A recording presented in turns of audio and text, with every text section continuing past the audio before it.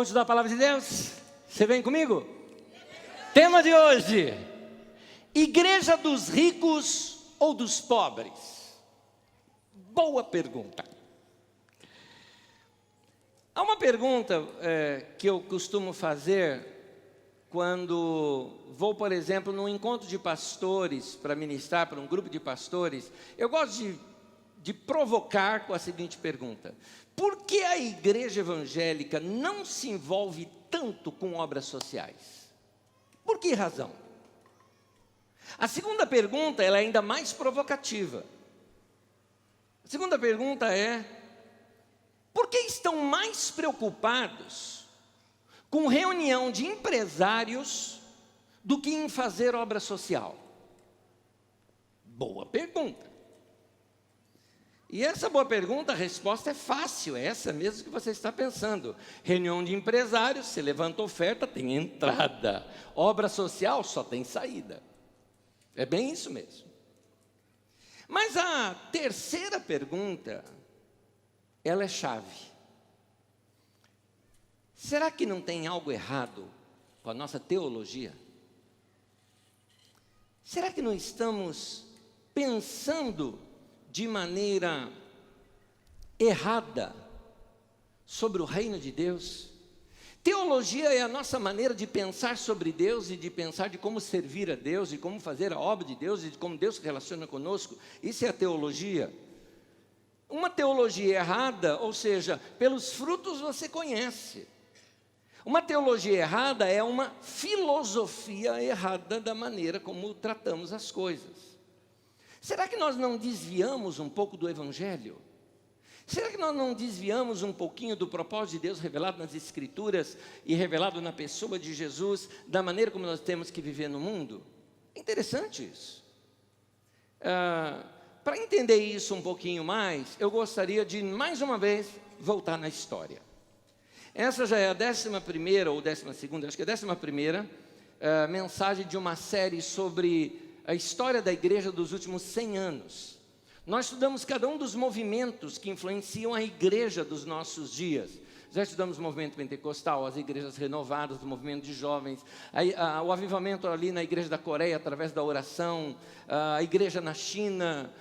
Vimos diversas situações, os neopentecostais, teologia da prosperidade, esse movimento apostólico que tem na igreja hoje, as células, igrejas em células e todos os métodos e modas que têm acontecido na igreja. E aqui eu queria puxar mais uma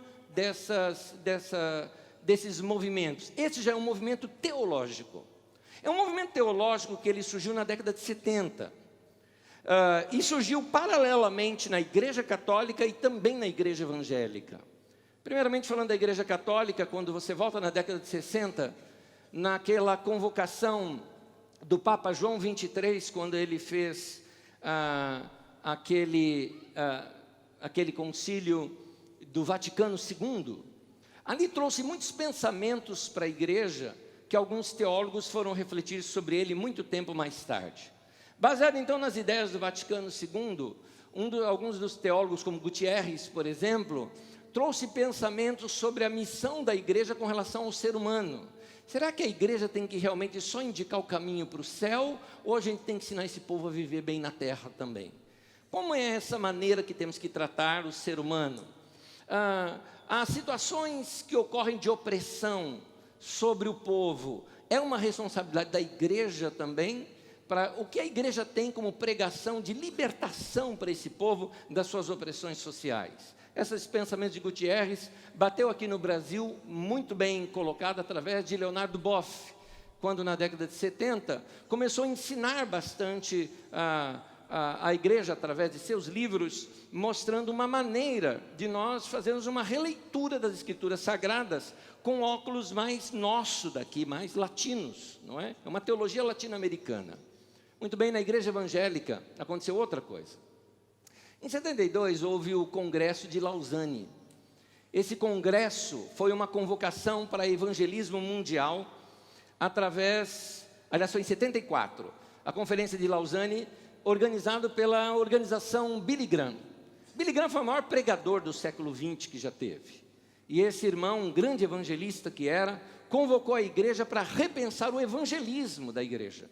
O que a igreja estava errando na questão do evangelismo? E procurou ouvir teólogos do mundo inteiro. E exatamente nesse congresso, nessa conferência, os teólogos latino-americanos, africanos e asiáticos começaram a alertar a igreja que nós tínhamos uma igreja de pensamento eurocêntrico, ou seja, com pensamento europeu ou norte-americano. E era verdade. Eles denunciavam o seguinte: a igreja não enxerga as necessidades do povo do terceiro mundo, porque a igreja, ela tem aprendido somente aos pés daqueles que foram colonizadores por cultura, inclusive. Então, por exemplo, hoje no Brasil, a maioria dos pastores são formados em seminários. Os livros dos seminários são livros escritos por quem? Por norte-americanos ou por europeus, ou seja, povos colonizadores, que só conseguem fazer uma leitura de um texto na perspectiva de um colonizador. Aí você pergunta, tem diferença isso, Anésio? Claro que tem, eu vou te dar um exemplo. Um dos ídolos, vamos colocar assim, da igreja evangélica brasileira no Antigo Testamento é o tal Salomão. Salomão é o ídolo da igreja evangélica brasileira, né? Aqui em São Paulo, então, até templo de Salomão existe. Por quê? A gente tem aquela mania de dizer, Salomão era o quê? Era um homem sábio, foi um grande líder. No seu tempo, Israel foi o tempo que Israel mais prosperou, trouxe riqueza. E aí você está falando a linguagem desse povo dos dias de hoje. Pois bem, mas essa é uma leitura europeia. Essa é uma leitura mais norte-americana do que europeia. Porque para eles, se a economia está bem, está ótimo. Se o pobre está assim, desculpa o termo, está se danando, problema do pobre. Se o rico está bem, é o que importa. Então, quando eles pensam dessa maneira, eles olham Salomão como um grande líder. Esses irmãos ensinaram a gente a ler o outro lado da história. Quando fala que Salomão construiu muita coisa, eu pergunto, construiu com que dinheiro? E eu te falo, a Bíblia fala, dinheiro de imposto. Quem pagava imposto? O povão, nós, né? E os impostos foram tão altos e tão altos, que quando Salomão foi passar a sucessão do trono para o seu filho, o que ele não deveria fazer, porque Saul foi escolhido para o povo e Deus aprovou. Davi foi escolhido pelo povo e Deus aprovou.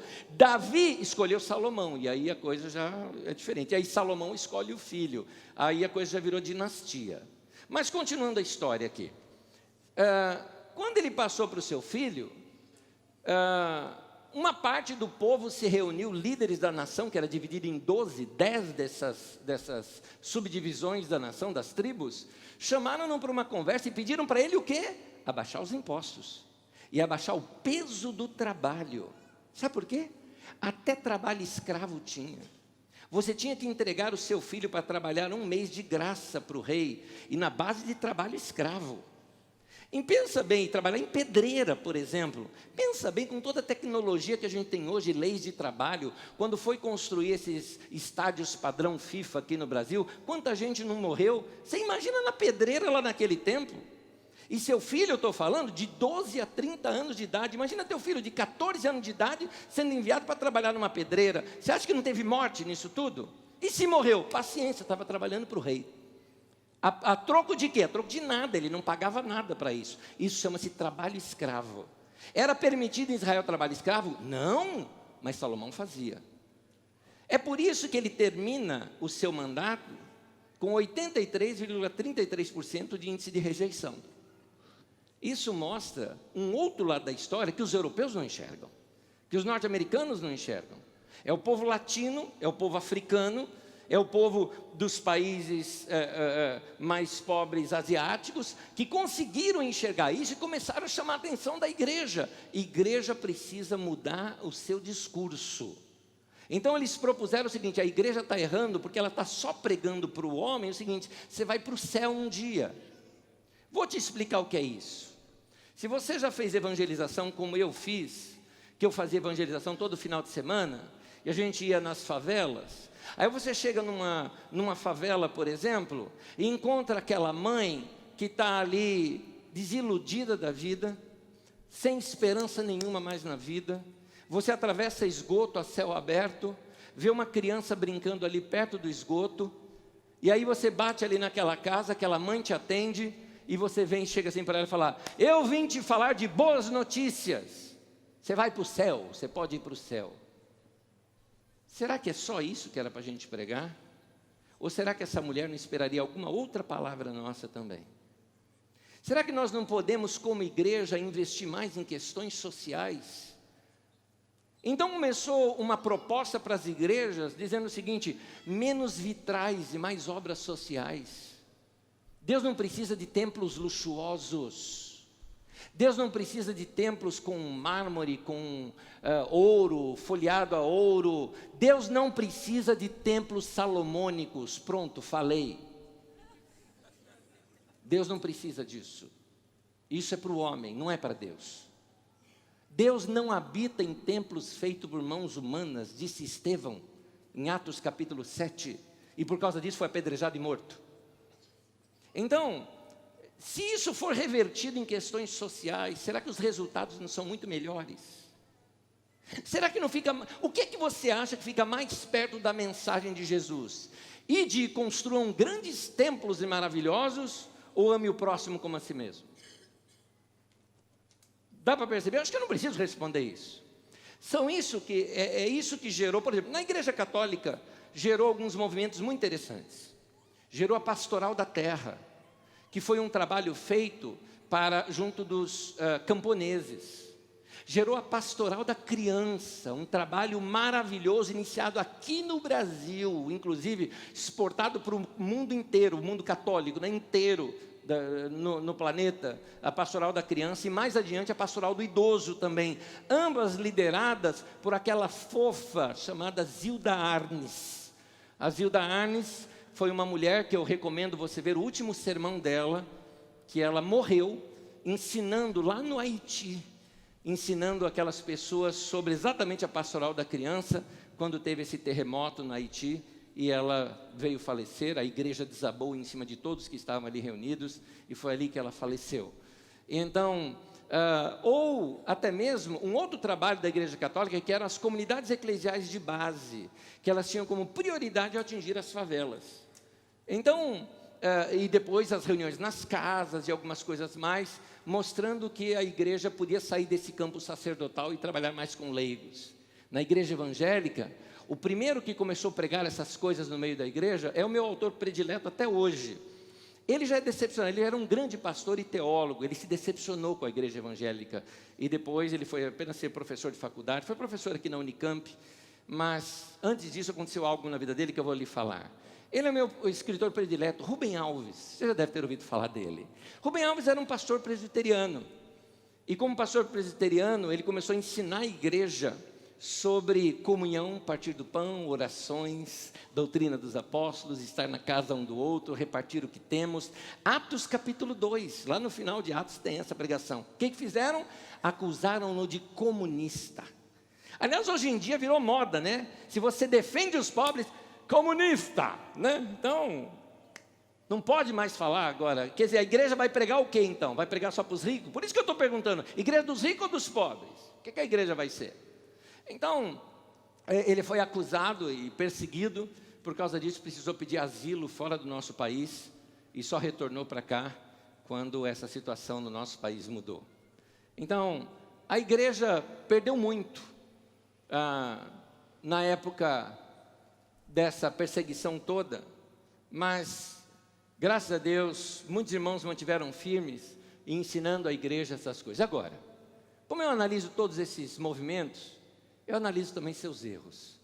E o erro desse movimento, tanto católico quanto evangélico, foi muito grave. Eles pregavam muito coisas interessantes. Eles pregavam uma reforma agrária, para que as terras improdutivas pudessem ser usadas por pequenos produtores. Eles pregavam o cuidado com crianças, a melhora na área das escolas e dos ensinos. E a ideia toda de acabar com a fome no Brasil vinha da igreja, essa ideia. Acontece que exatamente do seio da igreja, no caso da igreja católica, das comunidades eclesiais de base, foi a base que surgiu um partido que defendia o direito dos trabalhadores aqui no nosso país, chamado Partido dos Trabalhadores. E aí a igreja acabou vendo neles a sua esperança.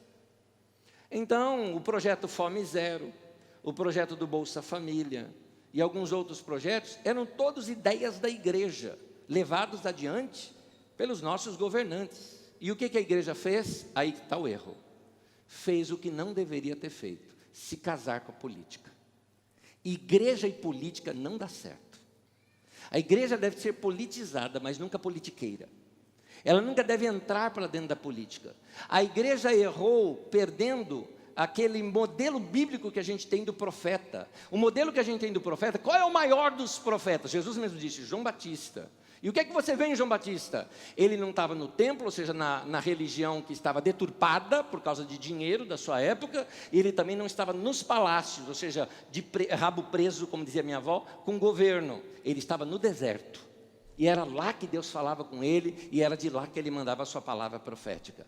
A igreja ela tem que ficar assim, fora do sistema, para ela poder denunciar o sistema.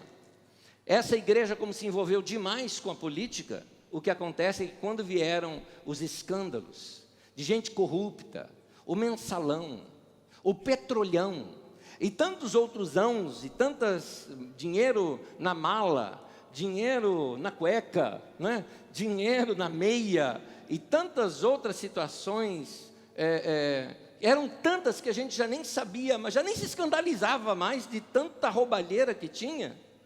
Toda essa mensagem da igreja foi para o mesmo lixo que o conceito desses políticos também teve entre nós. E por causa disso, não se fala mais dessas coisas. É por isso que a igreja hoje ela faz reunião de empresário, mas ela não faz reunião para falar para a igreja assim, vamos ajudar o pobre, vamos fazer um trabalho social. Pode contar quantas igrejas você conhece que tem uma obra social organizada. Não estou falando daquela coisa assim, não, vamos juntar aqui os irmãos e fazer um sopão e tal. Eu queria que você dá sopa para a pessoa hoje, amanhã ele está com fome de novo. Estou falando obra social que vai mudar a história daquela criança, daquela família, uma obra bem pensada. Quantas igrejas fazem isso? São poucas. Agora, quantas igrejas têm encontro de empresários? Quase todas. Parece que já tem que ser assim, por natureza. Então, não vamos jogar fora o bebê junto com a água suja do banho. Vamos jogar fora a água suja, mas vamos resgatar esse bebê. E esse bebê, eu não estou falando a pregação desses homens. Eu estou falando a pregação dos profetas da Bíblia Sagrada e as palavras de Jesus, e são essas que eu quero ver com vocês hoje aqui. Vamos ver o que os profetas falavam? Venha comigo. Miqueias capítulo 6, versículo 8, diz assim: o que é que o Senhor pede de ti, senão que pratiques a justiça, ames a benevolência e andes humildemente com o teu Deus?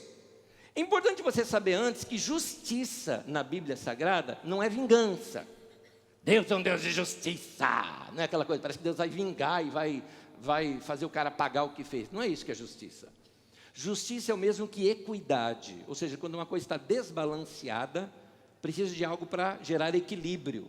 Ou abater o monte, ou levantar o que está lá embaixo. Deus está sempre do lado do mais fraco, isso é justiça. Justiça é você ajudar o que não sabe seus direitos. Justiça é você ajudar aquele que está caído, você ajudá-lo a se levantar. Isso é justiça.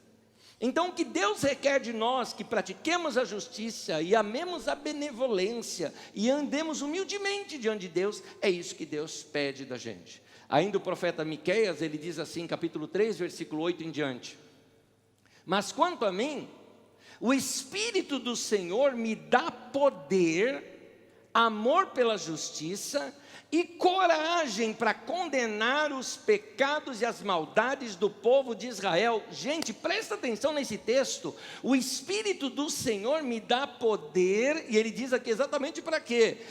Amor pela justiça e poder para denunciar o que está sendo feito de errado. É para isso o poder do Espírito Santo no meio da igreja. Vamos ser honestos, tem muita balela hoje sendo falada em nome do Espírito Santo no meio da igreja. Ah, culto de poder, o que acontece? A pessoa treme, faz aviãozinho, cai no chão, levanta e fica tudo a mesma coisa. Passa conferência, surge conferência e vem aquele pregador de fora, um mais ungidão do que o outro, um joga o paletó, o outro joga a gravata, o outro joga o lenço, e aí o povo caindo, e ninguém se levanta e não faz nada, não muda nada na história. Passa ano, sai ano, aquela mesma historinha, aquela mesma ladainha de sempre. Aqui o que o texto está dizendo é que o poder do Espírito Santo vem para proclamar justiça, para fazer justiça social, para mudar a história da vida das pessoas, para mudar a história da vida de pessoa que nem imaginava o que é sonhar. É isso que o poder do Espírito Santo vem sobre a vida das pessoas, para mudar a história deles, é para isso. A igreja deve ser essa proclamadora de um tempo novo, de uma história nova para a vida das pessoas, que gera esperança no coração do ser humano. É para isso o poder do Espírito Santo, mas também para denunciar tudo aquilo que é anticristo. A gente pensa em anticristo como um grande governante, um grande Big Brother, né, que vai surgir aí nos últimos tempos. Meu irmão, você está perdendo. 1 João já dizia que o anticristo já estava no mundo, que homem que está vivo desde lá até hoje. Muitos anticristos tem por aí. O que é anticristo? Tudo que é contra Cristo. Tudo que é contra isso, que ensina o amor a Deus e o amor ao próximo, tudo que vai para o egoísmo, tudo que gera essas coisas, isso é anticristo. Esse espírito do anticristo está por aí. Então a igreja combate isso lançando luz, lançando palavra de Deus, denunciando os pecados da nação, os pecados dos governantes, os pecados dos pastores. Por que os pastores pararam de denunciar pecados de governantes? Porque estão de rabo preso com eles. O indivíduo pode procurar na internet, o indivíduo vai lá diante da igreja toda e fala: amados irmãos, vamos votar nesse daqui, porque esse irmão é um irmão que nos ajudou muito como igreja, ajudou muito, né? Então nós vamos votar nele, né? Tá bom, agora esse mesmo indivíduo agora está preso, e está todo mundo vendo que a história dele é uma história de corrupção. Por que esse pastor agora não vem diante de todo mundo e fala: irmãos, me perdoem, eu errei, eu falei errado, recomendei para vocês alguém que eu não deveria recomendar? Não deveria recomendar ninguém, deveria ficar de bico calado, porque Deus nos chamou para pregar o evangelho e não para ser cabo eleitoral. É isso que ele deveria ter falado, mas não faz, não pode denunciar porque está de rabo preso, porque o programa de televisão é pago com isso, então fica de rabo preso. Então, cadê a igreja que denuncia essas coisas? Às vezes eu tenho visto mais em jornalistas e repórteres um espírito, vamos chamar assim, de denúncia, de clareza e de busca por esclarecer coisas que são feitas nos bastidores ocultos, do que pela igreja, porque na Bíblia Sagrada eram os profetas que faziam isso. Vamos ver aqui, por exemplo, olha que o profeta Miqueias fala. Não estou inventando coisa, leia você. Profeta Miqueias, agora no versículo 9. Escutem, líderes e autoridades de Israel, vocês odeiam o que é bom e torcem a justiça. Vocês estão construindo Jerusalém, a cidade santa, sob um alicerce de injustiças e crimes de sangue. Os juízes de Jerusalém aceitam dinheiro para torcer a justiça. Os sacerdotes cobram para ensinar a lei. Os profetas exigem pagamento para adivinhar o futuro. Mas mesmo assim eles afirmam que recebem ajuda de Deus. Note que os profetas denunciavam isso. Por exemplo, o profeta Jeremias, ele faz uma denúncia contra Jeoaquim. E Jeoaquim foi um rei perverso, filho do rei Uzias. Uzias não. Meu Deus, deu branco o nome do pai dele. Depois eu lembro. E Jeoaquim foi um rei perverso. E o pai dele foi um rei que amava a Deus. E então, Jeremias 22, versículo 13 em diante, diz assim: ai daquele, aliás, ele era filho de Josias. Ai daquele que constrói o seu palácio por meios corruptos. Pausa. A nação estava passando fome. Sistema econômico da nação estava lá embaixo.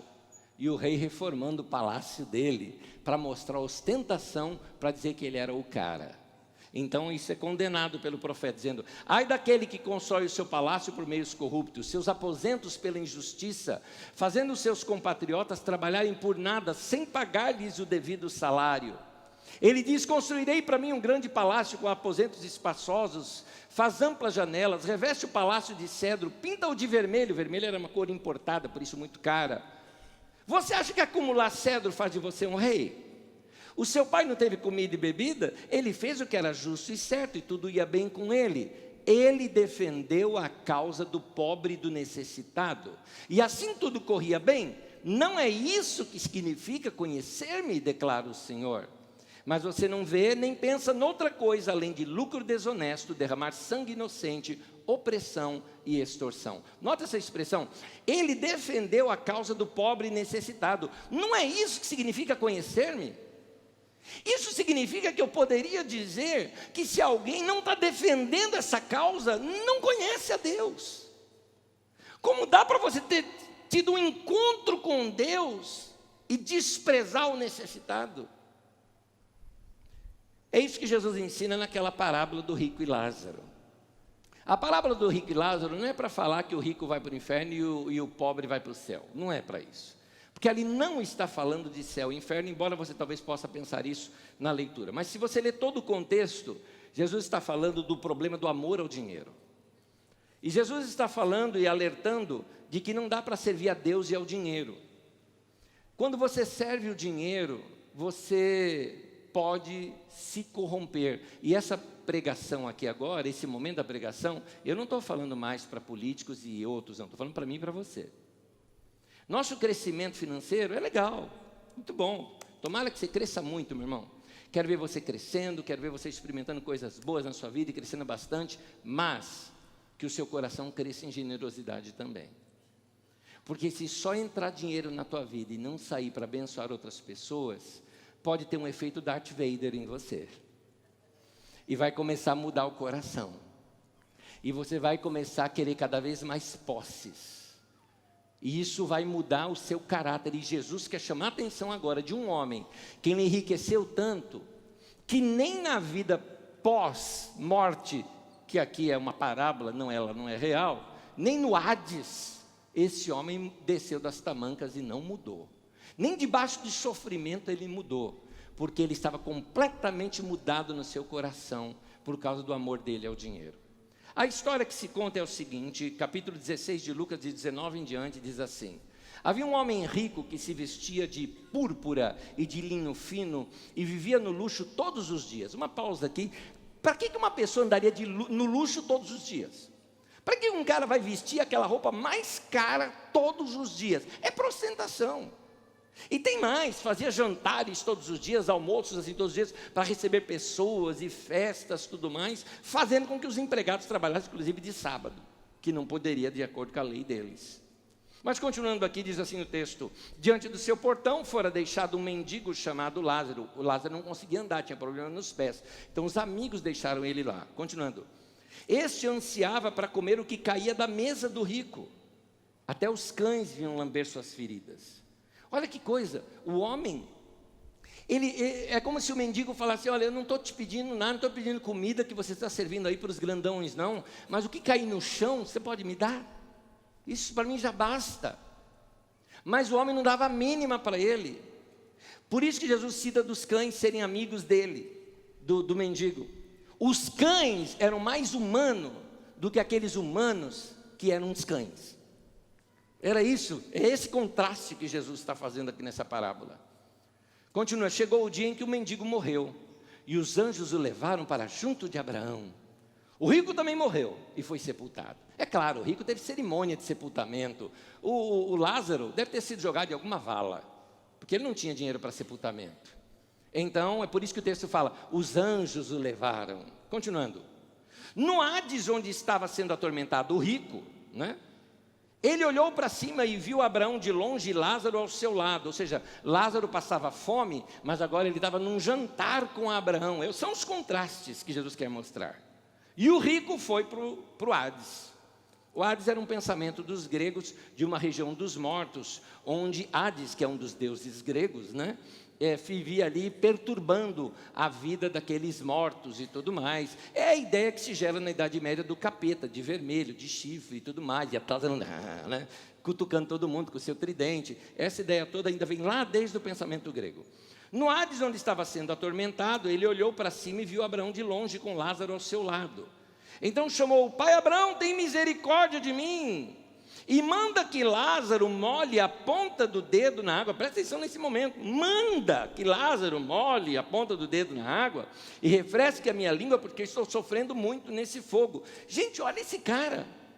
Ele poderia nesse momento fazer um discurso dizendo como eu me arrependo que eu não prestei atenção no Lázaro e tal, mas não. Primeira coisa, ele sabia até o nome do cara, ele sabia que ele chamava Lázaro, mas nunca se dirigiu a ele em vida. E falou o seguinte: Senhor, Abraão, eu estou vendo que o Lázaro aí já melhorou dos pés, e ele era pobre, eu sou rico, eu não sei sofrer, então fala para ele trazer uma água geladinha aí para mim. É isso que ele está falando. Fala para ele me servir. Sem vergonha, canalha. É isso que esse cara é. Mas é isso que Jesus quer mostrar. O que Jesus quer mostrar é que se eu e você, em vida, não fizermos obras sociais, não voltarmos o nosso coração em dividir coisas que nós temos, não ajudarmos pessoas necessitadas, o nosso coração começa a se corromper, nós vamos começar a virar bicho ruim, e nós vamos ficar igual esse homem aqui. Note que Abraão chama ele de meu filho. Ele está falando de povo de Deus. É disso que ele está falando.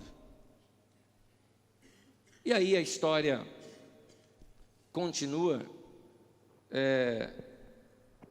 Abraão respondeu: filho, lembre-se que durante sua vida você recebeu coisas boas, enquanto Lázaro recebeu coisas más. Agora, porém, ele está sendo consolado aqui, e você está em sofrimento. E a parábola continua, você lê em casa depois. Mas eu tenho algumas lições da parábola aqui para nós. O que eu e você fazemos com os bens que nós temos vai determinar como é que vai ser o nosso caráter, como é que vai ser a nossa vida. Vou te fazer uma pergunta e você responde para você. Você gasta 100% do seu salário com você? Responde. 110% que você entra no cheque especial? Quanto que você gasta com ofertas, com ajudas, com esmolas? Quando você faz compra do mês, não te passa pelo coração de que alguma família pode estar sem nada? E que você pode fazer alguma coisa? Veja bem, eu não estou pregando comunismo, não. Que a gente tem que ter tudo igual, que não pode ter ricos e pobres, que isso nós sempre vamos ter. Eu estou pregando generosidade. Eu estou pregando que você pode repartir um pouco do que você tem. Nós temos um projeto com relação ao Nordeste do Brasil, ao sertão do Nordeste. Eu te garanto uma coisa: você tem roupa para dar, você pode. Você tem sapato que você pode dar. Você poderia doar chinelo. Chinelo para eles lá é uma maravilha. E você pode, alguns de vocês têm vários. Vamos lá, meu irmão, você não é centopeia. Você pode doar. Tenho certeza que tem alguma coisa que você possa doar e que você possa fazer. Tenho certeza disso. Oferte um pouco da sua vida, oferte um pouco do seu bem, oferte um pouco da sua riqueza. Para de pensar como a igreja evangélica tem pensado: riqueza é bênção de Deus. Pode notar nos testemunhos que passam na televisão: ó, seu pastor, eu não tinha carro não, mas aqui eu vim na igreja, dei oferta, e agora estou de carro zero. Aleluia, carro zero está pronto. Mas ninguém fala assim, por exemplo: olha, tinha uma pessoa necessitada na rua, eu fiquei com tanto compadecido que eu fui lá, comprei um lanche, levei a pessoa falou: oxe, é meu primeiro alimento no dia, que maravilha. E a pessoa fala: pois é, eu dei para ele isso e voltei a pé para casa, que nem dinheiro para passagem eu tinha, mas eu deixei lá com alegria o meu lanche para ele. Ninguém testemunha isso. Um rapaz aqui da nossa comunidade, um adolescente da nossa comunidade, eu fiquei sabendo isso dele, e ele não queria contar para ninguém, ele contou para um amigo, me falou: conta, tá bom, me contou, e eu fui abençoado com o que ele me contou. Ele ouvindo isso, que ele precisava ajudar necessitados, ele não sabia como, ele tinha o dinheiro do lanche dele, que ele naquele dia ele ia estudar no período da tarde também, ele estudava em escola particular, ele ia estudar ali, ia almoçar ali, por ali mesmo, comer um lanche ali, e os pais deixaram o dinheiro do lanche dele. Ele pensou aquele dia, saiu ali da escola naquele horário como se fosse comer, foi lá, comprou um lanche, foi até uma praça aqui de Osasco, onde tinha ali pessoas necessitadas, chegou a oferecer o lanche para aquela pessoa, deu uma coca ali, novinha ali para aquele cara, geladinho, o cara agradeceu e tudo mais, e ele foi feliz da vida passar e curtir a sua fome. Ele ficou com fome, o menino. Mas ele disse, foi talvez o melhor o melhor momento da minha vida, foi aquele de ver o sorriso no coração de uma pessoa que estava com fome e vendo pessoas passando para lá e para cá comendo e ele não tendo o que comer. Se nós ensinarmos isso para os nossos filhos, nós estamos mudando a história deles e o coração deles. Isso é o Evangelho, gente. O Evangelho veio para perturbar a gente. O Evangelho veio para nos desestabilizar, nesse sentido que eu estou usando a palavra perturbação, nos desestabilizar e repensar, o que eu tenho feito, o que eu posso fazer mais? Então, muitas pessoas pensam, pobreza é maldição, riqueza é bênção. Ora, se riqueza é bênção, por que os ricos estão presos? Os caras que roubaram, não é? Então, não culpe o diabo por sua pobreza, não, meu querido. Culpa o governo, porque é o governo que administrou mal. E eu não estou falando do governo atual, não. Estou falando desde a época de Dom Pedro, da velha república, de tudo isso. Alguma coisa precisa ser mudada nessa nação. Mas esse conceito tem que começar através da igreja também. Provérbios 13, 23 diz, a lavoura do pobre produz alimento com fartura, mas por falta de justiça ele o perde. Tanto imposto em cima, que não dá para o pobre ter negócio. Então, esses vícios da religião têm que ser expulsos do nosso meio. Grava isso, toda riqueza pertence a Deus. Se você tem algo, você é apenas um mordomo daquilo que pertence a Deus. Cuide e use para a glória de Deus. Amém? Entendeu isso? Quando você entrega a sua vida a Jesus, você está entregando tudo para Ele. E você passa a ser mordomo dos bens agora que são dele. Um dia eu ensinei isso para um rapaz, já contei isso aqui na igreja, mas cabe bem esse exemplo nesse momento. Um rapaz aqui me procurou depois do culto, e ele emocionado, ele era novo aqui na nossa comunidade, e frequenta aqui até hoje. E ele era novo aqui na Carisma, recém-convertido, aquele coraçãozão para Deus. Ele chegou assim para mim e falou, Anésio, chegou aqui na frente aqui, Anésio, Deus falou no meu coração e eu vou entregar o melhor que eu tenho para Ele, que é o meu carro. Eu estou entregando o meu carro para Deus. Aí eu falei, que coisa linda, você está realmente entendendo o Evangelho. Vem cá, vamos orar junto. Tem alguns irmãos por perto, chamei esses irmãos, os irmãos ficaram assim olhando, assim, meio para mim, meio estranhando até a minha atitude ali. Falei, irmãos, esse irmão aqui está dando o carro para Deus e nós vamos recebê-lo em nome de Deus aqui para ele. Vamos fazer isso? Vamos. Peguei aqui a chave do carro, o documento do carro, a mão do rapaz, juntamente com os irmãos, oramos, Senhor, esse carro é teu, esse menino aprendeu o Evangelho, o coração dele está correto. Glória ao Senhor, amém, amém. Peguei a mão do rapaz, fechei em cima do documento e devolvi tudo para ele. Ele falou, não, eu estou entregando para Deus. Eu falei, eu sei, mas eu não sou Deus. E Deus não precisa de carro. Deus não dirige o carro. E Deus precisa de um motorista. Então nós elegemos esse motorista agora, esse motorista é você. Muito bem. Então você sabe de uma coisa, você entregou esse carro para Deus, agora ele é de Deus, mas você vai cuidar desse carro. Então você vai cuidar desse carro. Se algum dia Deus te falar, dá carona para o fulano, você está dirigindo, você vê alguém assim, dá carona. O carro não é teu. É de Deus. Você está saindo do culto no bem bom, o arzinho condicionado, os irmãos estão descendo lá para a estação, lá para pegar o busão. Chega para o irmão e fala, irmão, posso dar uma carona? Entra aí, o carro é de Deus. É isso. Você vai cuidar diferente dele.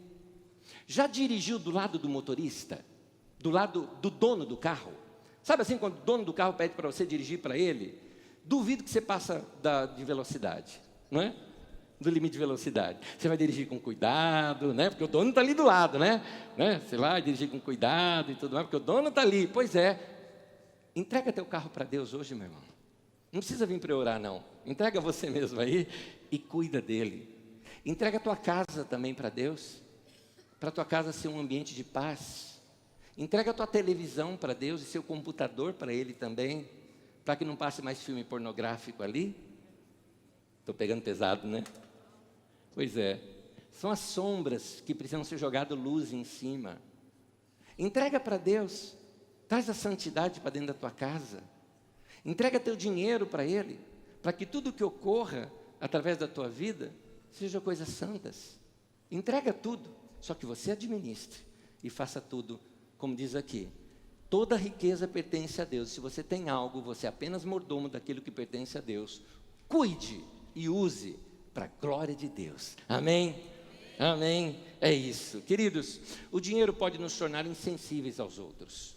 Toma cuidado.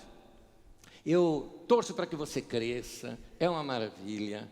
Eu tenho certeza que se você organizar sua vida financeira, como eu recomendo, por exemplo, pode procurar lá no nosso YouTube da Carisma, tem, do último encontro de casais, algo sobre princípios para crescimento financeiro, para organização de vida financeira. Tenho certeza que sua vida financeira pode crescer, e é uma maravilha isso. Agora, ao crescer sua vida financeira, pode realizar seus sonhos. Maravilha, meu irmão. Eu quero ir para a Europa, eu fui para Londres, eu fui para Paris, eu fui para os Estados Unidos. Maravilha, meu irmão, ótimo. Só cuidado na hora de contar. Porque às vezes você está contando perto do irmão que não tem dinheiro para ir aqui fazer uma farofa, sabe? O cara está querendo dinheiro para fazer uma farofa lá na Praia Grande, né? Quer fazer uma farofa lá, mas não tem dinheiro para isso. Ele queria apenas comer as migalhas da tua viagem, mas ele não consegue. Então, ao fazer isso, dê graças a Deus, tudo mais, mas não esnobe. Quando você contar para alguém, conta com jeito.